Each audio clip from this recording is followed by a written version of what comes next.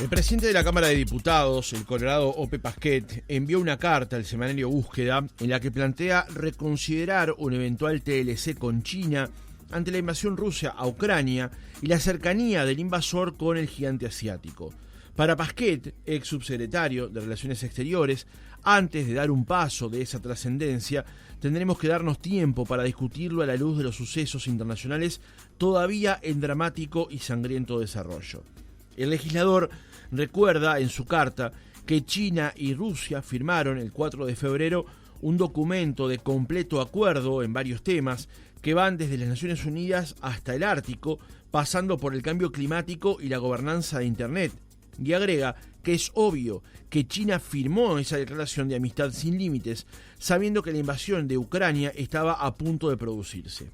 Para Pasquet, no se podrá decir seriamente que un acuerdo comercial no tiene que tener consecuencias más allá de lo estrictamente comercial o económico. Un TLC siempre tiene un componente político, remata. Según datos de Uruguay 21, el año pasado, China fue nuevamente el principal socio comercial de Uruguay, representando el 28% de las exportaciones de bienes, con unos valores de 3.277 millones de dólares el año pasado. Los vínculos comerciales ¿tienen necesariamente que ver con los políticos? ¿A qué se comprometería Uruguay firmando con China un acuerdo estratégico integral? Lo conversamos esta mañana en nuestra entrevista central con Ignacio Bartesagui, doctor en Relaciones Internacionales y director del Instituto de Negocios Internacionales de esa casa de estudios. Doctor Bartesagui, ¿cómo le va? Buenos días. Buen día, Francisco, ¿cómo estás? Muy bien, muchas gracias por acompañarnos. Con todo gusto. Doctor, antes de ir al tema de fondo, digamos, la carta de el doctor Ope Pasquet tiene un componente previo de marcar cuál es el escenario, digamos. No nos vamos a transformar en exégetas de lo que dijo o escribió en esa carta a Pasquet, pero para plantear el término, para plantear el escenario, ¿comparte hasta el punto del TLC lo que viene planteando en esa misiva el ex subsecretario de Exteriores? No comparto, me parece que es una lectura, es llamativa la modalidad, porque el presidente de la Cámara de Diputados, que a la vez, por supuesto, es un diputado que forma parte de la coalición de gobierno, se exprese en algo tan sensible para el país a través de una nota del lector de Búsqueda, por supuesto que eso ya de por sí es una modalidad algo llamativa. Pero también debo decir que lo que más me llamó la atención de esta misiva tiene que ver con un diagnóstico que no comparto, que en realidad el diputado Pasquet está haciendo mención a una China que en política internacional procede así hace muchísimo tiempo, que no es llamativo su accionar en política internacional, que no son llamativos sus vínculos con Rusia, tampoco lo son con otras potencias emergentes. El cambio que se está dando en las relaciones internacionales no tiene que ver con la guerra en Ucrania. La guerra en Ucrania pone quizás un punto final a un proceso que viene de muchísimo tiempo atrás. Entonces, es una lectura, a mi juicio, que no presenta, no aporta nueva información en cuanto a algo que ya conocemos sobre el proceder de China en política internacional, si bien discrepo con algunas aseveraciones que se hacen sobre las concesiones que implica cerrar un TLC con China, o también cuál es la política internacional de China, semejándola, me parece, demasiado a la de Putin, cuando claramente es una potencia que tiene una política internacional muy distinta a la llevada adelante por Rusia en los últimos años. Entonces, lo primero que debo decir es que no comparto su diagnóstico, y también me llama la atención la modalidad en que decidió expresarse, ¿no? Uh-huh. Que Uruguay o un país determinado firme un tratado comercial con China en particular, más allá de lo económico, ¿ese país firmante se comprometería eventualmente a algo más? Lo que pasa es que eso es una simplificación de algo que se negocia. Primero, se habla de un acuerdo comercial cuando el paso que está dando Uruguay es está terminando de elaborar un estudio de factibilidad para ver si podemos iniciar unas negociaciones para un tratado de libre comercio. Allí se habla, y lo menciona Pasquet, vinculado a la asociación, digamos, estratégica integral, que es la que se firmaría si Uruguay sigue adelante, profundizando su relación con China, y esa es una asociación que ya tienen muchos países de la región, y que no necesariamente implica dar concesiones a China en algunos de los puntos que se comentan. Por lo tanto, me parece que aquí hay bastante desconocimiento de cómo es la forma en que se negocia con China, cómo son los tiempos y qué nivel de concesión se le puede dar. A ver, Francisco, no somos un país de África Central, ¿no? Uruguay tiene instituciones, tiene la capacidad de decir sí, no, evaluar lo que corresponde. Si uno analiza otros TLC cerrados por otros países de América Latina, no se han dado estas concesiones que afectan la soberanía o la legitimidad del país. Me parece que se está sobreexagerando. Por supuesto que China tiene intereses, pero como también los tiene Uruguay, o los debería tener, porque si vamos a querer cerrar un TLC con China, tenemos que tener claro cuáles son nuestros objetivos y nuestros intereses en ese instrumento. Pero tenemos que la capacidad de evaluar, la capacidad de decir que no es que se firma cualquier cosa que plantea China, o que China no sabe que está negociando con un país de las características de Uruguay, donde hay un respeto por las instituciones, donde hay, por supuesto, un respeto por la legalidad, donde hay eso es muy claro. Entonces, China se relaciona con diferentes países de diferentes formas. Con Uruguay se va a relacionar de alguna forma, con otros países de América Latina quizás lo hace de otra forma, porque son países que necesitan financiación que Uruguay hoy no requiere. En África tiene su estrategia, en Asia Central, pero claro, hay que conocer cuál es la estrategia de China en cada una de las regiones y con cada uno de los países para poder adelantarse a estas posibles concesiones que puedan afectar de cierta forma la soberanía del país, como lo plantea el diputado. Yo creo que se está sobreexagerando, se está adelantando algo que todavía está muy lejos,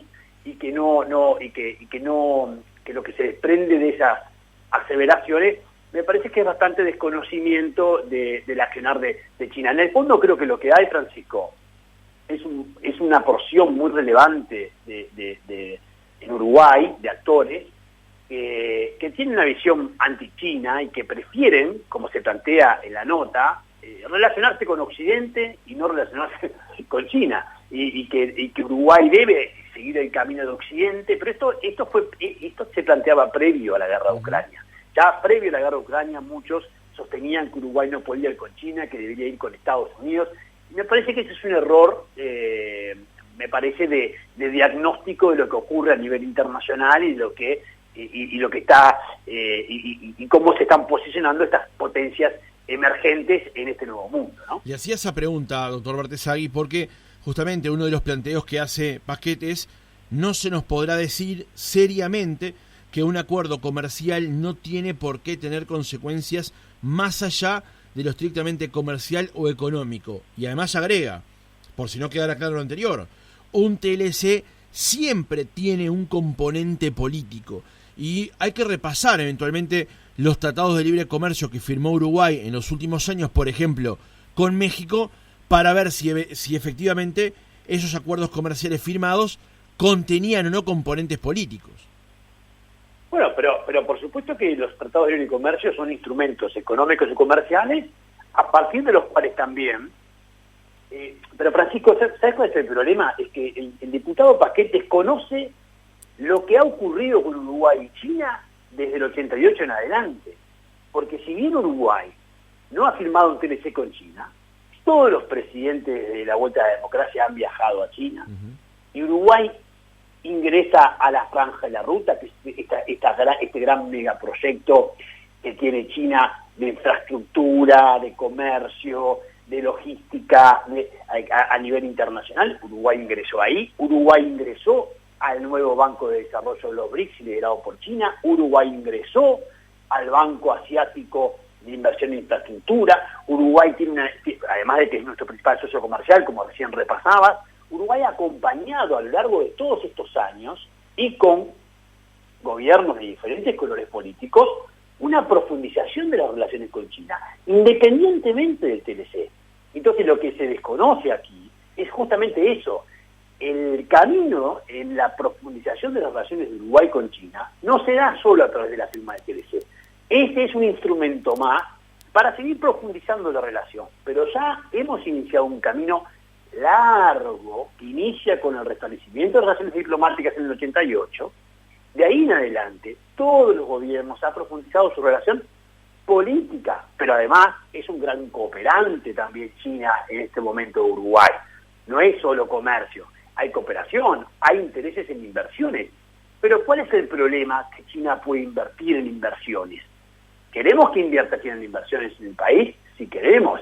¿Queremos que compita con otros actores y que la Unión Europea también compita en esa licitación y que Estados Unidos también lo haga? Sí, pero no podemos en este momento del escenario internacional, cuando ya estamos en una China que por supuesto tiene una participación en el comercio mundial, en la economía, y que además si uno lo proyecta va a seguir profundizándose en los próximos años, no podemos negar la realidad. Lo que hace el diputado es negar la realidad de lo que es China como actor central en la economía mundial, que además todos los países han actuado pragmáticamente con China. Francisco, porque es otro tema que tenés que tener en cuenta. O Estados Unidos no comercia con China, o la Unión Europea no comercia con China, o Israel no acaba de acelerar su proceso para cerrar un TLC con China en la mitad de la guerra de Ucrania. La canciller de Panamá acaba de visitar China. O sea, estamos, hasta Nueva Zelanda acaba de actualizar en plena guerra con Ucrania su tratado de libre comercio con China. Entonces nosotros, un país tan pequeño como es Uruguay, vamos a intentar ser menos pragmáticos que lo que están siendo potencias occidentales, democráticas y reconocidas a nivel internacional, están dando sus pasos a China. ¿Por qué? Por una guerra que no es con China, una guerra que está desatada por Rusia. Bueno, me parece que es una propuesta que no se puede acompañar y que no refleja realmente lo que está ocurriendo. Esto no quiere decir que es muy grave el conflicto que estamos viviendo en Ucrania, que China tiene que jugar un rol así y lo está jugando, y me parece que es un actor que siempre se ha manejado con neutralidad en este tipo de asuntos y que conocemos su política internacional desde tiempo atrás. O sea, a mí no me llama la atención el accionar de China o el de India en esta guerra con Ucrania. Parece ser como algo nuevo lo que está ocurriendo, pero no es algo nuevo. Por eso creo que todo parte de un error de diagnóstico, ¿no? Claro, justamente es innegable que todos los gobiernos, desde la Restauración Democrática en adelante, han querido avanzar o han avanzado decididamente en el vínculo con China. Tal vez lo que plantea Pasquet en este punto en particular con un posible TLC es a la luz de estos últimos episodios. Tal vez no desconociendo lo que había pasado en el pasado, sino planteando qué es lo que está ocurriendo ahora y la posición que tiene China, por ejemplo, en la votación del Consejo de Naciones Unidas días pasados, de no sancionar, aunque fuera verbalmente, la invasión de Rusia a Ucrania. Bueno, pero entonces deberíamos ahora, de acuerdo con esa lógica, cortar relaciones con Brasil, porque Brasil no acompañó la reciente expulsión de Rusia de la Comisión de Derechos Humanos de las Naciones Unidas. Y de eso no escuchamos nada. Entonces vamos a ser claros. Aquí lo que hay es una visión de ciertos actores nacionales en diferentes niveles que lo que no quieren es cerrar el TLC con China y que para llegar a ese objetivo buscan diferentes caminos. Entonces ahora ven un cambio de contexto internacional que yo no lo veo, porque es un desconocimiento decir que ahora estamos en un nuevo mundo. Este nuevo mundo arrancó desde el 2001 en adelante, por lo menos con China. China tiene una visión muy clara de, por supuesto, una potencia que emerge, una potencia que quiere tener sus lugares, una potencia que progresivamente va instalando una institucionalidad paralela, sin atacar a la vigente desde la posguerra, pero sí generando sus propios bancos de inversión, sí generando sus propios proyectos, ¿sí? Bueno, y en ese nuevo mundo, todos los actores están actuando con mucho pragmatismo, porque se mencionaba que, decía en esa nota, ¿no?, el diputado, que estamos en una nueva guerra fría. Habrás leído esa parte, sí, ¿no? Que sí. Como estamos en una nueva guerra fría, no podemos, en el marco de una guerra fría, irnos con China, tenemos que necesariamente irnos con... Pero eso es hasta un error histórico, porque en plena Guerra Fría, se dio el mayor acercamiento entre Estados Unidos y China en la década del 70, cuando a través de la política de Henry Kissinger en el gobierno de Nixon, se da ese acercamiento entre China y Estados Unidos que genera esa asociación económica que fue de lo más importante que ocurrió en los últimos 50, 60 años. Y es una relación económica que hoy sigue estando muy viva, a pesar de toda la retórica, de todos los conflictos que se están dando entre Estados Unidos y China. Las diferencias de Europa con China son muy relevantes, pero allí están. El comercio internacional de hoy se explica no por América del Sur con China o por África con China. El comercio mundial se explica por China, Estados Unidos, China, China y Europa, China. Entonces, ese es el gran comercio mundial y eso es lo que te demuestra el pragmatismo. Ningún país puede cortar con China. Entonces nosotros, que somos un país pequeño, que necesitamos de este instrumento para poder seguir desarrollándonos, exportar más, lograr captar inversiones, vamos ahora en este momento a decir no. ¿Cuáles son las opciones? Estamos esperando a ver qué ocurre con el acuerdo con la Unión Europea, estamos esperando a un Estados Unidos que reaccione frente a una profundización de nuestras relaciones cuando eso aún está lejos. Entonces, no tenemos que optar, nosotros tenemos que buscar nuestros vínculos con Estados Unidos en los que tenemos afinidades en una gran cantidad de cosas, lo mismo con Europa, pero también tenemos que buscar la forma de seguir profundizando nuestras relaciones con China, porque ese es el nuevo mundo. Negar eso es negar la realidad y negar la economía internacional. Sería casi un revés. Si Estados Unidos y Europa quisieran, de cierta forma, hacer lo mismo que se propone en esta nota, estaríamos teniendo un revés tan sistémico, tan importante, que es inviable de poder llevar adelante ese tipo de definiciones, ¿no? Sí, justamente esa frase a la que usted hacía referencia, doctor, dice un tramo de la carta: por lo tanto, acordar por fuera del Mercosur un TLC con China en momentos en que hay una guerra en Europa y una segunda guerra fría parece estar comenzando, nos ubicaría en la vereda de enfrente a los Estados Unidos, el Reino Unido y la Unión Europea, y nos distanciaría de Brasil y de Argentina para acercarnos a una superpotencia cuyo régimen político y valores fundamentales son muy distintos de los nuestros. Y bueno, y vamos a esperar a que el mundo tenga valores iguales a los nuestros para comerciar. Estamos comerciando desde el 88 con China. Y el mismo ejemplo de Estados Unidos o de Europa. O sea, lo que pasa es que en las relaciones internacionales de hoy, esta óptica es muy riesgosa. Definitivamente el pragmatismo es lo que tenemos que tener. Pero el pragmatismo, ¿qué implica? No decir lo que uno piensa. En algún momento el presidente de la República dejó de decir lo que pensaba en términos de violación de derechos humanos por una relación con... No, fue muy claro en su posicionamiento respecto a Ucrania. Muy claro. Y en este momento se da esta semana el viaje de canciller a Estados Unidos. Y sin embargo nosotros estamos profundizando la relación con China. Entonces, tiene que quedar claro qué alcance tienen los instrumentos. O sea, sobreexagerar el impacto del TLC. No, China igualmente va a avanzar estratégicamente en su relación con América Latina, porque ya lo hizo con Argentina. Ya tiene un nivel de inversiones en Brasil que en los últimos 8 años es mayor que todas las inversiones de China en África. Ya tiene una relación muy profunda, ni hablar en Venezuela, Bolivia, etcétera, pero también en otros países de América Latina. Ya tiene una apuesta muy grande en América Central. Está avanzando con o sin TLC. Entonces, negar esa realidad es un gran error. Entonces lo que hace Uruguay es, a través de este instrumento, que es un instrumento que China valora para elevar aún más la relación estratégica con Uruguay, quiere ganar algo a cambio y lo necesita. ¿Qué quiere ganar? Quiere ganar la posibilidad de exportar productos y servicios a China, que hoy es la segunda economía a nivel mundial, pero próximamente va a ser la primera, con mejor niveles de competitividad que lo que hace hoy.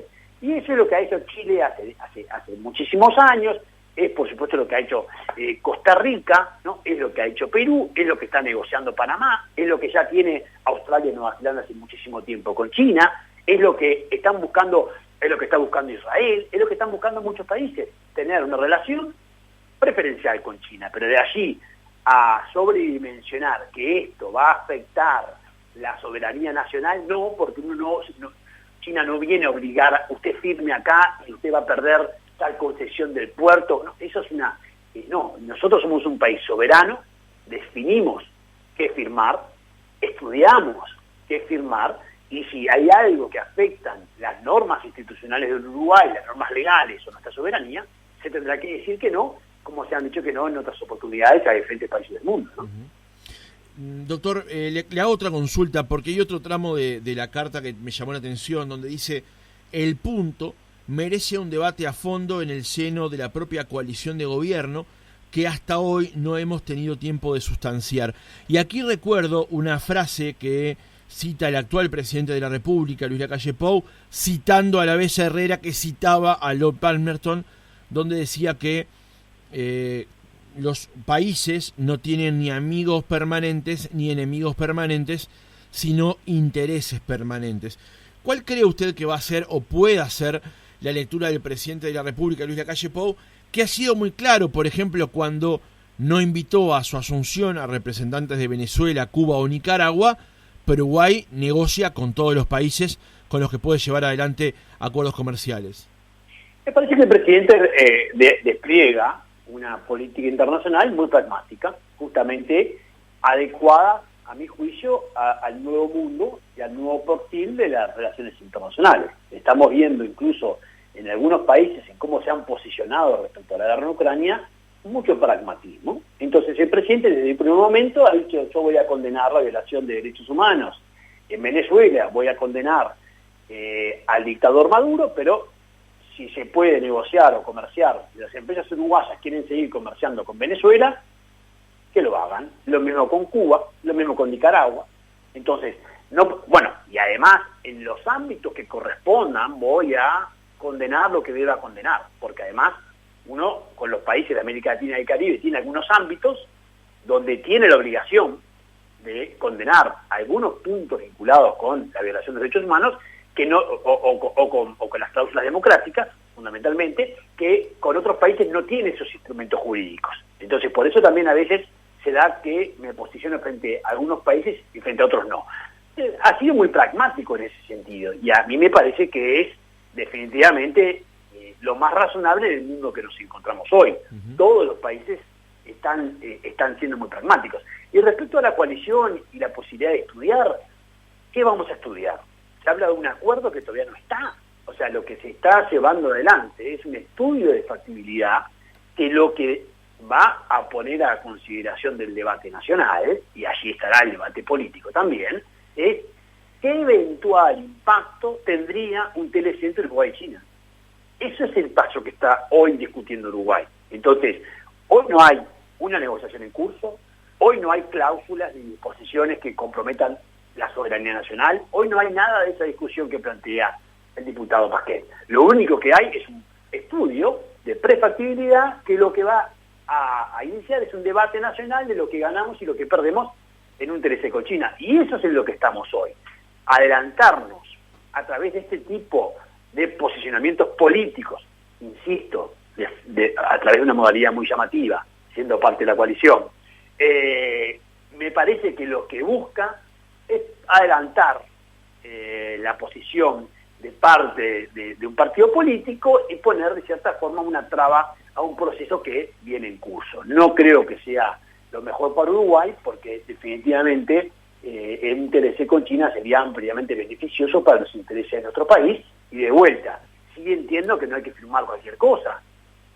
Pues doy por sentado de que no se firma cualquier cosa. Se negocia, se atiende a qué es lo que quiere China, qué es lo que quiere Uruguay, y se llega, como ha ocurrido, una gran cantidad de TLCs que ha cerrado China con países grandes, con países medianos y con países pequeños, y se puede estudiar, eso está disponible, se puede estudiar cuáles han sido los efectos, las concesiones, y vamos a llegar a la conclusión de que China tiene políticas distintas para diferentes países y diferentes regiones. Y para mí es claro lo que pretende en Uruguay, y esa es una gran oportunidad que tenemos, que debemos aprovechar. Sí, hay un informe muy interesante que fue confeccionado por Andrés Rebolledo y por parte de la Cámara de Industrias con respecto a los sectores económicos uruguayos que podrían verse afectados, beneficiados, y algunos que están allí en un semáforo amarillo, digamos, de sectores que pueden ser, digamos, o verlo de distintos puntos de vista. Quería cerrar justamente este tema para pasar luego a otros, justamente planteándose por ese lado, ¿no? Le decíamos en la introducción, Uruguay le exportó a China el 28% de lo que se produjo durante el año 21 en unos valores de 3.277 millones de dólares. Esto pagando aranceles. Imagino que cuando se plantea de alguna manera por parte de un sector de la coalición o por parte de un integrante de la coalición que se pueda rever la posibilidad de firmar un TLC con China, algunos exportadores pueden haber contenido la respiración, ¿no? No, por supuesto que es una muy mala noticia que en Uruguay sigamos dudando de la necesidad de la apertura del mundo, porque no se trata de que el gobierno está diciendo yo quiero solo un TLC con China. No, está explorando la posibilidad con China porque allí existe una oportunidad. Pero si es Turquía, será Turquía. Y si después, a partir de ahora, con el secretario de Estado en Estados Unidos, el canciller Bustillo, escucha que le plantean un TLC con Estados Unidos, también es algo que vamos a explorar. Muy bienvenido, porque una economía pequeña como Uruguay necesita avanzar con la mayor cantidad de países posibles, analizando los impactos, identificando cuáles son los mejores caminos para seguir. Pero lo de China no es un capricho, lo de China es que es nuestro principal socio comercial, y como decís, es digamos, y pagamos muchos aranceles, no solo para productos que hoy estás exportando. El comercio hay que analizarlo para lo que no exportás y podés exportar, o para lo que podés captar inversiones para poder exportar, o lo que podés exportar de servicios, o lo que implica en términos de cooperación el hecho de tener un TLC con China, o lo que implica a nivel de imagen internacional, que uno cierra un TLC con la segunda economía a nivel mundial y otros se interesan también en ese país tan chiquito que es Uruguay a partir de ese paso que dio con China. O sea, los efectos, algunos están en ese estudio que tú comentabas, eso es un estudio focalizado más bien en el comercio de bienes, en ese impacto de positivo y negativo, porque eso es otra cosa que se debe tener en cuenta. No todo es positivo en un TLC, algunos van a ganar, otros van a perder. Hay que ver qué se hace con los que van a perder. Pero digo, por supuesto, que no tengo que recordarle a tu audiencia que a China no le interesa vender más productos a Uruguay, ¿no? O sea, somos un mercado muy pequeño, a China le interesa dar este paso con Uruguay porque lo considera un socio estratégico y muy serio en una estrategia de mayor largo alcance en América Latina y especialmente en América del Sur. Eso nos posiciona en la posibilidad de captar el interés de China. Bueno, entonces tenemos que aprovecharlo, pero ojo, tenemos que aprovecharlo con discusiones y argumentos que sean actualizados. No podemos seguir discutiendo en base a argumentos que son del siglo pasado. Tenemos que ayornarnos, actualizarnos, conocer China, conocer cómo negocia China, conocer qué implica ser un socio estratégico integral, conocer cómo China tiene diferentes estrategias con diferentes países en una misma subregión, y eso hay que entenderlo, y antes de llegar a conclusiones apresuradas que alarman a la sociedad con algo que después termina, de cierta forma, afectando un proceso que en el fondo todos en Uruguay deberíamos defender, porque se trata del interés nacional. El hecho de que Uruguay amplíe sus mercados a nivel internacional, claro que es una de las grandes reformas que necesita el país, además de las que sabemos que están en curso. La apertura internacional es de fundamental importancia para el futuro del desarrollo de Uruguay. Doctor Bertesagui, podríamos conversar de un par de temas más, pero no le quiero robar mucho tiempo. Uno serían las elecciones en Francia de ayer domingo y el otro es con respecto a la invasión de Rusia a Ucrania. Me voy a detener en este último punto para consultarle cómo viene viendo el desarrollo de esta invasión de una cantidad ya de días determinada, pero además preguntarle por el último episodio en particular que ocurrió con respecto a la visita de Boris Johnson a Zelensky y cómo aquí Johnson da la impresión de que se mueve con más libertades, con las muñecas menos ajustadas que los otros líderes europeos. Sí, bueno, eso es parte del Brexit, ¿no? Cuando uno hablaba del Brexit, Reino Unido tenía como prioridad, una de sus principales prioridades era ser un actor más relevante en política internacional. Y esto lo puede hacer porque además es el principal ejército europeo, ¿no? Entonces esa caminata tan llamativa, con esa libertad y con esa confianza de Boris Johnson junto a Zelensky por Kiev es un mensaje cargado de política internacional, ¿no? Definitivamente un Boris Johnson que está de cierta forma recuperando también su imagen interna, que se ha visto muy afectada por diferentes problemas, y ahí Johnson está aprovechando, por supuesto, que muy bien esta libertad que, como decís, le da el Brexit, ¿no? Yo creo que la guerra está en un momento complejo porque las negociaciones se han paralizado a partir de los horrores que hemos visto todos con estas imágenes en esta violación tan horrible de los derechos humanos de parte de Putin, que esta estrategia que está en este momento él, de cierta forma,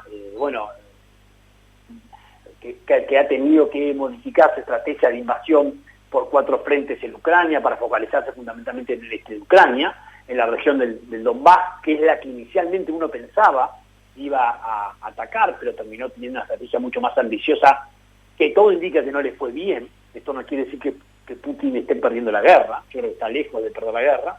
Es probable que a medida que se vea acorralado, siga dando estos mensajes de fortaleza como está dando en Mariupol y como va a seguir dando en estos ataques a civiles con misiles que les puede lanzar ahora de su propio territorio. Entonces, puede ser una guerra larga, de desgaste, focalizada en esa región que va a dominar y muy compleja para Ucrania, ¿no? Por supuesto que es un país que va a seguir sufriendo destrozos, que va a caer su producto un 45% este año. Es un horror la cantidad de muertes, la cantidad de refugiados, la cantidad de desplazados. Es algo muy complejo, pero rescatar en esta guerra la fortaleza que ha mostrado Europa. Yo creo que Europa, no solo con esto que decías de Boris Johnson, sino también la propia Unión Europea ha estado a la altura. Yo creo que también, más allá de sus cuestionamientos sobre su perfil, me parece que el propio presidente de los Estados Unidos también ha manejado relativamente bien la crisis, ni hablar del canciller alemán. Macron se mezcla mucho con política interna, pero ha intentado también tener así un liderazgo. Entonces, yo creo que Europa se ha mostrado firme respecto a la guerra en Ucrania, la comunidad internacional ha acompañado, y ahí la gran duda está en China, ¿no? Está en el rol que está jugando China, de no alineamiento por ninguno de los dos lados, buscando apaciguar un poco el conflicto, no me cabe la menor duda. Yo no creo, y ahí también discrepo yo no creo que China haya incentivado la guerra en Ucrania. Esto es algo que para mí no es así. Quiere acompañar la posibilidad de que esta guerra se contenga y no se vaya realmente más allá de lo razonable, porque ahí China pierde. Entonces, en este contexto, mientras la guerra se focalice en una región y no existan errores de cálculo que deriven en un ataque a algún país de la OTAN, por ejemplo, va a seguir siendo una guerra espantosa desde el punto de vista humano, pero más controlada desde el punto de vista del conflicto, la expansión del conflicto hacia Europa, ¿no? Uh-huh. Eso es la buena noticia sería que se está limitando un poco el conflicto nuevamente a la región, que de cierta forma está en guerra desde el 2014, ¿no? Cuando se dieron esos referéndums cuando se anexó la península de Crimea y cuando inició la guerra civil en la región del Donbass, ¿no? Ahora, doctor, uno da la impresión, no sé, tal vez por nombres, de que cuando esta invasión comenzó en el mes de febrero, uno creía que Rusia a Ucrania la pasaba de largo y que no iba a representar lo que hasta ahora viene representando. La pregunta es, ¿cuál es el objetivo finalmente de Rusia? ¿Es acabar con el gobierno de Zelensky, tomar para sí todo el territorio, doblegarlo desde esta zona del Donbass como usted maneja? Porque hubo un error de cálculo al inicio del combate, porque da la impresión de que 40 días después Rusia no está en una posición de tanta comodidad, si es que vale el término para el episodio de lo que estamos hablando, del que uno podía prever cuando comenzó la invasión. A mí no me cabe duda que sí, que se dieron varios errores de cálculo de parte de Rusia. En primer lugar, este ataque por 4 frentes en todo el territorio de Ucrania, que uno imagina era una campaña militar que preveía que iba a durar más o menos 4 o 5 días, ¿no? Y que claro, rápidamente eso iba a generar, como vos decís, la renuncia de Zelensky, la entrega del gobierno a un títere ruso que en el cual se puedan negociar ciertos nuevos acuerdos de Minsk, por ejemplo, donde se termine de confirmar, de consolidar la invasión de Crimea que se dio en 2014, donde se legalice eso de cierta forma y donde se termine de confirmar la independencia de estas regiones del Donbass.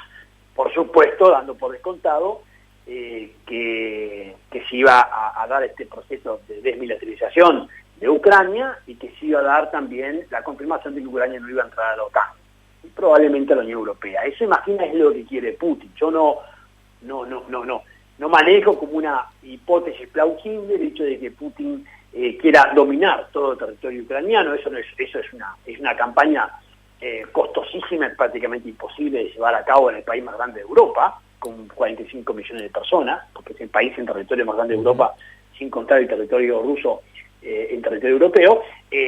No es viable eso. Y tampoco imagino un Putin que esté pensando en atacar la OTAN, porque esa es una barrera que por supuesto China tampoco va a aceptar, porque eso complica la estabilidad internacional mínima que necesita China para seguir adelante con su modelo de expansión económica, comercial, cultural, etcétera. Entonces, así está el límite de China también.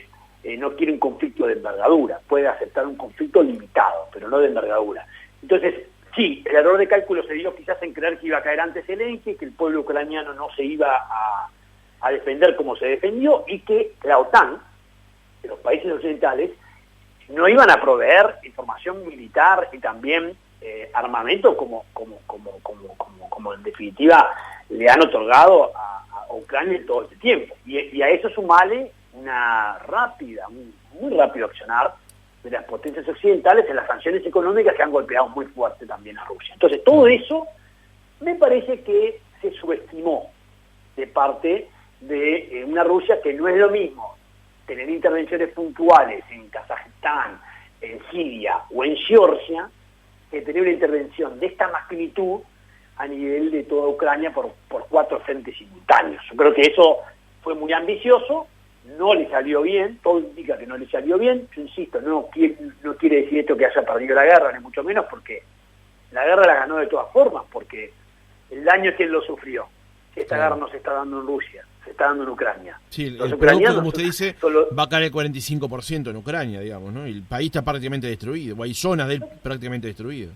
Pero Francisco, pero además es un país pobre. No te olvides que es un país que tiene 14 veces la población de Uruguay y solo tiene 3 veces el PIB de Uruguay, y tiene un PIB per cápita de unos $3.200. O sea, es un país, además es un país pobre, que tú lo atacaste desde el punto de vista de la infraestructura, con el costo multivisionario que tiene eso, y a la vez le afectás toda la economía y la confianza, porque ya no es pensar en clave de futuro, ¿no? Claro. Ya no es solo si Ucrania no entra a la OTAN, que es lo que le dé la estabilidad mínima de su defensa, y si Ucrania no puede entrar a la Unión Europea, ¿tú invertirías en Ucrania? Claro. Es muy complejo, porque ¿cuál es tu estabilidad sabiendo que Rusia siempre va a estar? Y cuanto más herido quede Rusia en este proceso, por eso es muy importante ver cómo se da esta negociación, más eventuales hipótesis de conflictos futuras vas a tener. Entonces, el hecho de cómo y mucho más que ahora tenemos la noticia de que en junio Finlandia y Suecia están considerando seriamente ingresar a la OTAN, lo que aprieta aún más a Putin y lo presiona y lo acorrala, porque ya no solo, vas a lograr que Ucrania no entre a la OTAN, pero como resultado de tu invasión, Finlandia, con el cual tenés 1.400 kilómetros de frontera, va a entrar a la OTAN, o lo está considerando seriamente y antes no lo estaba considerando, y lo mismo Suecia. Entonces, en el conjunto, tenemos que tener mucho cuidado en qué tan herido queda Putin de esta campaña, porque eso puede generar nuevas inestabilidades en el futuro, y por supuesto que Occidente tiene que seguir mostrando esta fortaleza. Me parece las potencias occidentales en las señales de fortaleza que tienen que dar, porque el mundo, muchos otros actores y muchos otros países están mirando a ver qué tan fuerte reacciona Occidente para ver si se animan a seguir adelante con algunas posibles campañas de inestabilización que pueden darse en el futuro, porque es otra cosa bien relevante. Estamos hablando de una guerra, ahora estamos todos muy preocupados porque es una guerra en la mitad de Europa. Por eso se habla de este conflicto con tanta intensidad, pero debemos tener claro desde el 2001 en adelante, la intensidad de los conflictos en el mundo y los movimientos geopolíticos donde hay estados involucrados, pero también, digamos, organizaciones terroristas que no dependen necesariamente de los estados, pero son apoyados por algunos estados, han generado una inestabilidad a nivel mundial realmente muy compleja, creciente, que se da en paralelo con una debilidad de las instituciones y de los estados, y con ausencia de líderes, Entonces, todo ese conjunto, bueno, claro, es un caldo de cultivo muy complejo para las relaciones internacionales, ¿no? Doctor Bartesagui, una última pregunta y tenemos que volver al tema anterior. Además, ya nos hemos pasado mucho de tiempo, le hemos sacado mucho de su tiempo, que además en esta semana especial tal vez lo encontramos descansando, pero un oyente, Claudio del Centro, nos pregunta, ¿se puede tener negocios con Taiwán o hay que seguir las reglas de China? Esto volviendo al tema anterior de un eventual tratado de libre comercio con aquel país. Bueno, cuando uno establece relaciones diplomáticas con China, lo hace con China y automáticamente no la puede tener con Taiwán. Esa es la política de una sola China que tiene la República Popular China desde el tiempo atrás. Y todos los países, incluidos Naciones Unidas, pero también Estados Unidos, y también todos, son 13, 14 países en el mundo que tienen relaciones diplomáticas con Taiwán. En el mundo. Uno de ellos es Paraguay. Insólitamente, el Mercosur ni en eso se pone de acuerdo. Ahora, ¿esto implica no comerciar con Taiwán? No, se puede comerciar con Taiwán. De hecho, comerciamos con Taiwán. Y de hecho, todos los países del mundo comercian con Taiwán. De hecho, la propia China, por supuesto, comercia con Taiwán, que para los chinos es Taipei chino, ¿no? Entonces, eso se puede hacer. Lo que no se podría hacer es tener un reconocimiento diplomático de Taiwán. Claro. Lo que ocurre con Estados Unidos es distinto. Estados Unidos apoya a Taiwán porque es una democracia, la apoya a Taiwán militarmente porque tiene este doble juego político militar en una zona clave del planeta, ¿no? Entonces, en esto que es la discusión por Asia-Pacífico y el Indo-Pacífico, donde Taiwán juega un rol clave, así Estados Unidos sí se da el lujo de tener esta doble visión. Pero a la hora de reconocer diplomáticamente, la gran mayoría de la comunidad internacional ha reconocido diplomáticamente a China y no a Taiwán, lo que no implica que no se pueda comerciar. Ignacio Bartesagui, doctor en Relaciones Internacionales y director del Instituto de Negocios Internacionales de esa casa de estudios. Gracias por haber estado otra mañana con nosotros. Con todo gusto, un abrazo.